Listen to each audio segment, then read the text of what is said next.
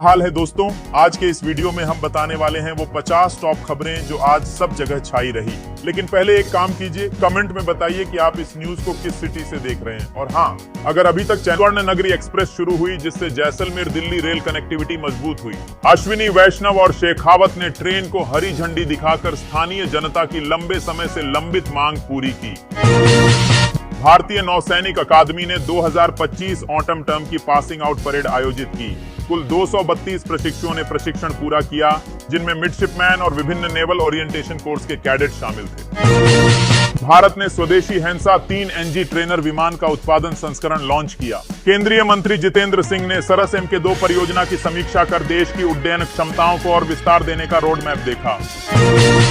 लालू यादव के आवास परिवर्तन को RJD की राजनीति में बड़े बदलाव का संकेत माना जा रहा है। मार्ग और सर्कुलर रोड वाले ठिकाने पहले राजनीतिक गतिविधियों के प्रमुख केंद्र रहे हैं। व्हाइट हाउस के बाहर अफगान नागरिक से जुड़ी घटना के बाद ट्रंप प्रशासन ने अफगान प्रवासियों पर कार्रवाई शुरू की। एक पूर्व US सैनिक ने इसे प्रशासनिक विफलता बताते हुए कड़ी आलोचना की।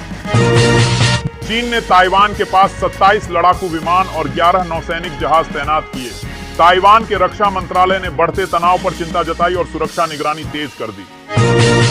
अमेरिका के आइडाहो में एक बार ने अप्रवासी पकड़वाने पर 1 महीने की अनलिमिटेड फ्री बियर का ऑफर दिया। आव्रजन एजेंसी ने इस विचित्र प्रस्ताव पर कड़ी प्रतिक्रिया दी। इमरान खान की मौत की अफवाहों के बीच उनकी पार्टी के सांसद ने दावा किया कि वह अडियाला जेल में सुरक्षित और जिंदा हैं, लेकिन सरकार उन्हें देश छोड़ने को मजबूर कर रही है। संसद के शीतकालीन सत्र से पहले सर्वदलीय बैठक में विपक्ष ने SIR पर चर्चा की मांग दोहराई। किरेन रिजिजू ने कहा कि सभी दलों के सुझावों को सकारात्मक रूप से लिया गया है। एक वैज्ञानिक और सिस्टम एनालिस्ट ने संविधान की शपथ लेकर शादी की और रक्तदान भी किया। उन्होंने कहा कि संविधान हर भारतीय की पवित्र पुस्तक है और लोग इसके आदर्श जानें। मोहन भागवत ने कहा कि लोग अपनी मातृभाषा भूलते जा रहे हैं। उन्होंने घरों में मातृभाषा का उपयोग बढ़ाने की अपील की और एक अंग्रेजी शब्द का अनुवाद पूछकर उदाहरण दिया। इमरान खान की स्थिति को लेकर अनिश्चितता के बीच शशि थरूर ने सवाल उठाए। उन्होंने कहा कि इमरान के बेटे ने जीवित होने के प्रमाण मांगे हैं, लेकिन कोई सबूत नहीं मिला। DK शिव कुमार ने कहा कि उनके और CM सिद्धारमैया के बीच कोई मतभेद नहीं है। कर्नाटक में CM पद की खींचतान के बीच उन्होंने अपनी सीमाएं जानने की बात कही। चुनाव आयोग ने SIR की समय सीमा बढ़ाकर 12 राज्यों और केंद्र शासित प्रदेशों में 11 दिसंबर तक कर दी। इससे मतदाता सूची पुनरीक्षण प्रक्रिया में जुड़े लोगों को राहत मिलेगी। महाराष्ट्र में महायुति की तकरार बढ़ी। एकनाथ शिंदे ने बीजेपी पर निशाना साधते हुए अधिकारियों को चेतावनी दी कि शिवसेना कार्यकर्ताओं को परेशान किया तो कड़ी प्रतिक्रिया दी जाएगी। राष्ट्रपति ट्रंप ने वेनेजुएला और उसके आसपास के एयर स्पेस को बंद करने की घोषणा की। इसे वेनेजुएला सरकार पर दबाव बढ़ाने और राजनीतिक असर पैदा करने की नई अमेरिकी रणनीति माना जा रहा है। PTI नेता खुर्रम जिशान ने दावा किया कि शहबाज सरकार इमरान खान पर देश छोड़ने का दबाव बना रही है। पार्टी ने जेल में उनकी सुरक्षा को लेकर गंभीर सवाल उठाए हैं। कराची पुलिस अधिकारी की पत्नी ने रणवीर सिंह की फिल्म पर ऐतराज जताया। उनका कहना है कि यदि फिल्म में कराची के लियारी क्षेत्र को गलत दिखाया गया तो वह कानूनी कदम उठाएंगे। गूगल मैप्स की ऑफलाइन मैप्स ट्रिक अधिकांश लोग नहीं जानते। यह फीचर बिना इंटरनेट के भी रास्ता बताता है और यात्रा के दौरान डेटा खत्म होने पर बेहद उपयोगी साबित होता है। अयोध्या में राम मंदिर पर धर्म ध्वजा फहराई गई। मन की बात में PM मोदी ने खेल और तकनीक की उपलब्धियां बताते हुए कहा कि युवाओं ने कठिन हालात में भी ड्रोन उड़ाया। भारतीय वैज्ञानिकों ने दक्षिण भारत की महिलाओं में ओरल कैंसर से जुड़े महत्वपूर्ण जीन म्यूटेशन खोजे। यह शोध बीमारी की रोकथाम, उपचार और भविष्य के चिकित्सा मॉडल तैयार करने में नई दिशा प्रदान करता है। प्रधानमंत्री मोदी ने रायपुर में 60वें DGP IGP सम्मेलन की अध्यक्षता की। बैठक में आंतरिक सुरक्षा, खुफिया तंत्र, पुलिस सुधार और राष्ट्रीय सुरक्षा रणनीति को मजबूत करने पर विस्तृत चर्चा हुई।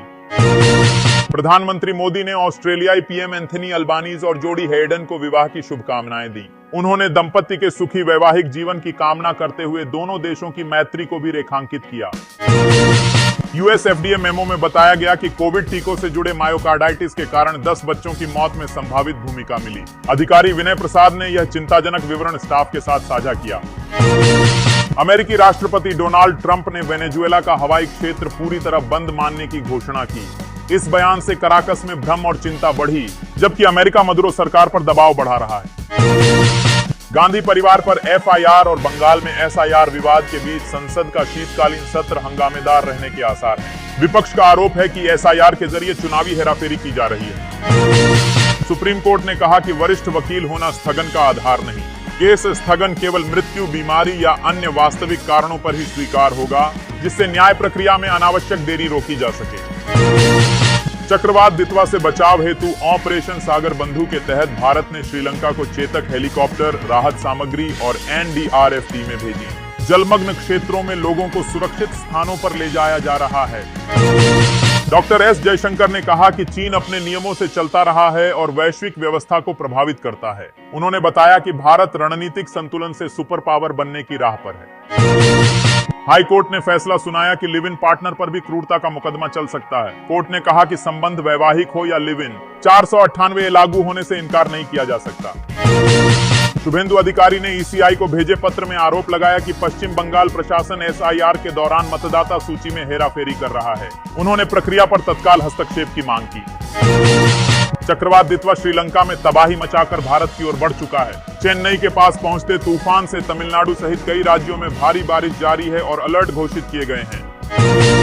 जस्टिस बीवी नागरत्ना ने कहा कि जजों के बदलने से फैसलों में बदलाव चिंता का विषय है। न्यायपालिका कानून के शासन की रक्षा के लिए सुसंगत और स्थिर रुख बनाए रखे। भाजपा के नए राष्ट्रीय अध्यक्ष को लेकर चर्चा तेज है। पीएम मोदी की बड़ी बैठक के बाद रेस में नए नाम शामिल हुए। कई राज्यों में संगठनात्मक चुनाव पूरे हो चुके हैं। नेशनल हेराल्ड मामले में गांधी परिवार की मुश्किलें बढ़ी। 2000 करोड़ के कथित घोटाले में नई एफआईआर दर्ज हुई। मामला राउज एवेन्यू कोर्ट में लंबित है और ईडी पहले ही चार्जशीट दाखिल कर चुकी है। चक्रवात दितवा तमिलनाडु के वेदारण्यम तट के करीब पहुंचा। तटीय जिलों में भारी बारिश हुई। 22 आपदा मोचन दल किसी भी आपात स्थिति से निपटने के लिए तैनात किए गए हैं। भारत सरकार और एडीबी ने महाराष्ट्र, मध्य प्रदेश और गुजरात में विकास परियोजनाओं के लिए $800 मिलियन के ऋण समझौते किए। असम में मत्स्य और वेटलैंड प्रोजेक्ट हेतु $1 मिलियन की तकनीकी सहायता भी दी गई। चुनाव आयोग ने ईसीआई नेट ऐप पर जनता से सुझाव मांगे हैं। यह डिजिटल प्लेटफॉर्म जनवरी 2026 में लॉन्च होगा और नागरिक 27 नवंबर से दिसंबर तक सबमिट अ सजेशन फीचर से सुझाव भेज सकते हैं। पोप लियो ने इस्तांबुल की ब्लू मस्जिद का दौरा किया। उन्होंने सम्मान के रूप में जूते उतारे लेकिन प्रार्थना नहीं की। यह तुर्की यात्रा के दौरान उनका पहला मुस्लिम धार्मिक स्थल भ्रमण था। यूएई में 54वां ईद अल इत्तिहाद भव्य तरीके से मनाया जा रहा है। शहरों, सरकारी भवनों, मॉल और सड़कों को राष्ट्रीय रंगों, रोशनी और सजावट से चमकाया गया, जिससे देश भर में उत्सव का माहौल बना हुआ है। तुर्की ने बताया कि ब्लैक सी में रूस के शैडो फ्लीट टैंकर पर एक मानव रहित नाव ने हमला किया। जहाज को मामूली नुकसान हुआ। जांच जारी है और समुद्री सुरक्षा को लेकर चिंता बढ़ी है। प्रधानमंत्री संग्रहालय और पुस्तकालय ने दूरस्थ एक्सेस प्रणाली शुरू की। इससे शोधकर्ता विश्व भर में कहीं से भी 2.5 करोड़ से अधिक दुर्लभ आर्काइव दस्तावेज ऑनलाइन देख सकेंगे, जिससे ऐतिहासिक अनुसंधान को बढ़ावा मिलेगा। रक्षा मंत्री राजनाथ सिंह ने कहा कि ऑपरेशन सिंदूर ने उत्कृष्ट नागरिक सैन्य समन्वय प्रदर्शित किया। संकट की घड़ी में प्रशासन और सशस्त्र बलों की संयुक्त कार्रवाई ने जनता का विश्वास मजबूत किया। भारत ने आईटीयू के WTDC 2025 सम्मेलन में डिजिटल क्षेत्र में महत्वपूर्ण उपलब्धियां दर्ज की। वैश्विक डिजिटल विकास एजेंडा में भारत की भूमिका और प्रभाव और अधिक मजबूत होकर सामने आया। वैज्ञानिकों ने 34 लाख वर्ष पुराने बुर्टेल फुट जीवाश्म का रहस्य सुलझाया। अध्ययन में पता चला कि यह मानव पूर्वज की एक पुरानी और रहस्यमय प्रजाति का था, जो दूसरी प्रजातियों के साथ सह अस्तित्व में रहती थी।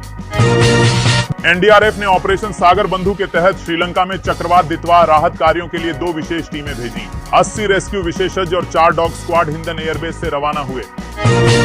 भारतीय नौसेना को प्रोजेक्ट 17A की चौथी Nilgiri class steel frigate Taragiri सौंप दी गई। यह स्वदेशी जहाज निर्माण में बड़ी उपलब्धि है और नौसेना की सामरिक क्षमता को और मजबूती मिलेगी। मध्य प्रदेश के मुख्यमंत्री मोहन यादव के बेटे डॉक्टर अभिमन्यु यादव ने डॉक्टर इशिता पटेल संग सामूहिक विवाह समारोह में 7 फेरे लिए। कार्यक्रम में कई अन्य जोड़ों ने भी विवाह किया।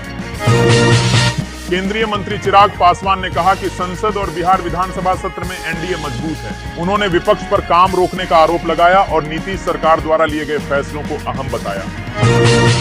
हिमाचल के मुख्यमंत्री सुक्खू ने विनय कुमार को कांग्रेस प्रदेश अध्यक्ष चुने जाने का स्वागत किया। कहा, वह 3 बार के विधायक हैं, एससी समुदाय से आते हैं और उनके नेतृत्व में चुनाव जीतने का विश्वास है। उत्तराखंड मुख्यमंत्री धामी ने कहा कि साहसिक खेल, राफ्टिंग और वाटर स्पोर्ट्स से पर्यटन को बढ़ावा मिलेगा, स्थानीय अर्थव्यवस्था मजबूत होगी और युवाओं के लिए नए नवाचारों पर तेजी से काम किया जा रहा है। जम्मू कश्मीर के उप मुख्यमंत्री सुरिंदर चौधरी ने कहा कि श्रमबल पर कॉन्फ्रेंस में हितधारकों ने भाग लिया। महिलाओं को रात में काम की अनुमति और सुरक्षित परिवहन सहित कई श्रम सुधारों पर चर्चा हुई। उप मुख्यमंत्री केशव प्रसाद मौर्य ने बीएलओ अधिकारियों से कर्तव्य निभाने की अपील की। विपक्ष पर अफवाह फैलाने का आरोप लगाया और कहा कि मतदाता सूची शुद्धिकरण से भाजपा को आगामी चुनावों में लाभ मिलेगा। चक्रवात दितवाह से नागपट्टिनम में भारी बारिश के बाद मनांगकोंडन नदी में बाढ़ आ गई। करुप्पापुलम का रास्ता कट गया और 100 एकड़ से अधिक धान की फसल डूबकर बर्बाद हो गई। केंद्रीय मंत्री किरेन रिजिजू ने कहा कि सर्वदलीय बैठक में कई दलों ने एसआईआर पर चर्चा की मांग की, पर किसी ने सदन न चलने देने की बात नहीं कही। हंगामे की आशंका जताई। केंद्रीय मंत्री पीयूष गोयल ने कहा कि मुंबई के स्कूलों में 60,000 बेटियों को मुफ्त सैनिटरी पैड दिए जाएंगे। बीएमसी चुनावों पर उन्होंने दावा किया कि महायुति एकजुट है और जीत से विकास तेज होगा। पूर्व उपराष्ट्रपति वेंकैया नायडू ने सरदार पटेल की 150वीं जयंती पर राष्ट्रीय एकता यात्रा में कहा कि भारत तेजी से विकसित हो रहा है और लोगों को पटेल की राष्ट्र प्रथम सोच से प्रेरणा लेनी चाहिए। मध्य प्रदेश के मुख्यमंत्री मोहन यादव के बेटे डॉक्टर अभिमन्यु यादव ने सामूहिक विवाह समारोह में डॉक्टर इशिता पटेल से शादी की। राज्यपाल मंगूभाई पटेल, बाबा रामदेव और आचार्य धीरेन्द्र कृष्ण शास्त्री भी उपस्थित रहे। केंद्रीय मंत्री ज्योतिरादित्य सिंधिया ने जमीयत उलेमा ए हिंद अध्यक्ष महमूद मदनी के बयान पर कहा कि किसी को भी न्यायालय पर आपत्तिजनक टिप्पणी नहीं करनी चाहिए। 4 स्तंभों का सम्मान हर नागरिक की जिम्मेदारी है। भाजपा सांसद रवि किशन ने कहा कि एसआईआर देश हित का मुद्दा है। उन्होंने सपा अध्यक्ष अखिलेश यादव के बयान पर राजनीति न करने की अपील की और विरोधी दलों से समर्थन की उम्मीद जताई। उत्तर प्रदेश के मुख्यमंत्री योगी आदित्यनाथ सिद्ध बाबा पालनाथ आश्रम में आयोजित मूर्ति प्राण प्रतिष्ठा और आठमान भंडारा कार्यक्रम में शामिल हुए। कांग्रेस सांसद गौरव गोगोई ने कहा कि 19 दिन के शीतकालीन सत्र में सिर्फ 15 दिन चर्चा होगी। उन्होंने सुरक्षा, स्वास्थ्य, आर्थिक, प्राकृतिक और विदेश नीति मुद्दों पर सरकार की तैयारी पर सवाल उठाए। छत्तीसगढ़ के मुख्यमंत्री विष्णुदेव साय ने प्रधानमंत्री मोदी के मन की बात 128वें एपिसोड का स्वागत किया। उन्होंने कहा कि कार्यक्रम देशवासियों से जुड़ने का महत्वपूर्ण माध्यम है। दिल्ली की मुख्यमंत्री रेखा गुप्ता ने कहा कि 12 सीटों पर उपचुनाव लोकतंत्र का उत्सव है। उन्होंने मतदाताओं से सही प्रतिनिधि चुनने के लिए अपने वोट का सही इस्तेमाल करने का आग्रह किया। बिहार के उप मुख्यमंत्री सम्राट चौधरी, राज्य मंत्री और बीजेपी के प्रदेश अध्यक्ष दिलीप जायसवाल और अन्य लोग पटना में पीएम नरेंद्र मोदी के मन की बात के 128वें एपिसोड को सुनते हुए दिखे।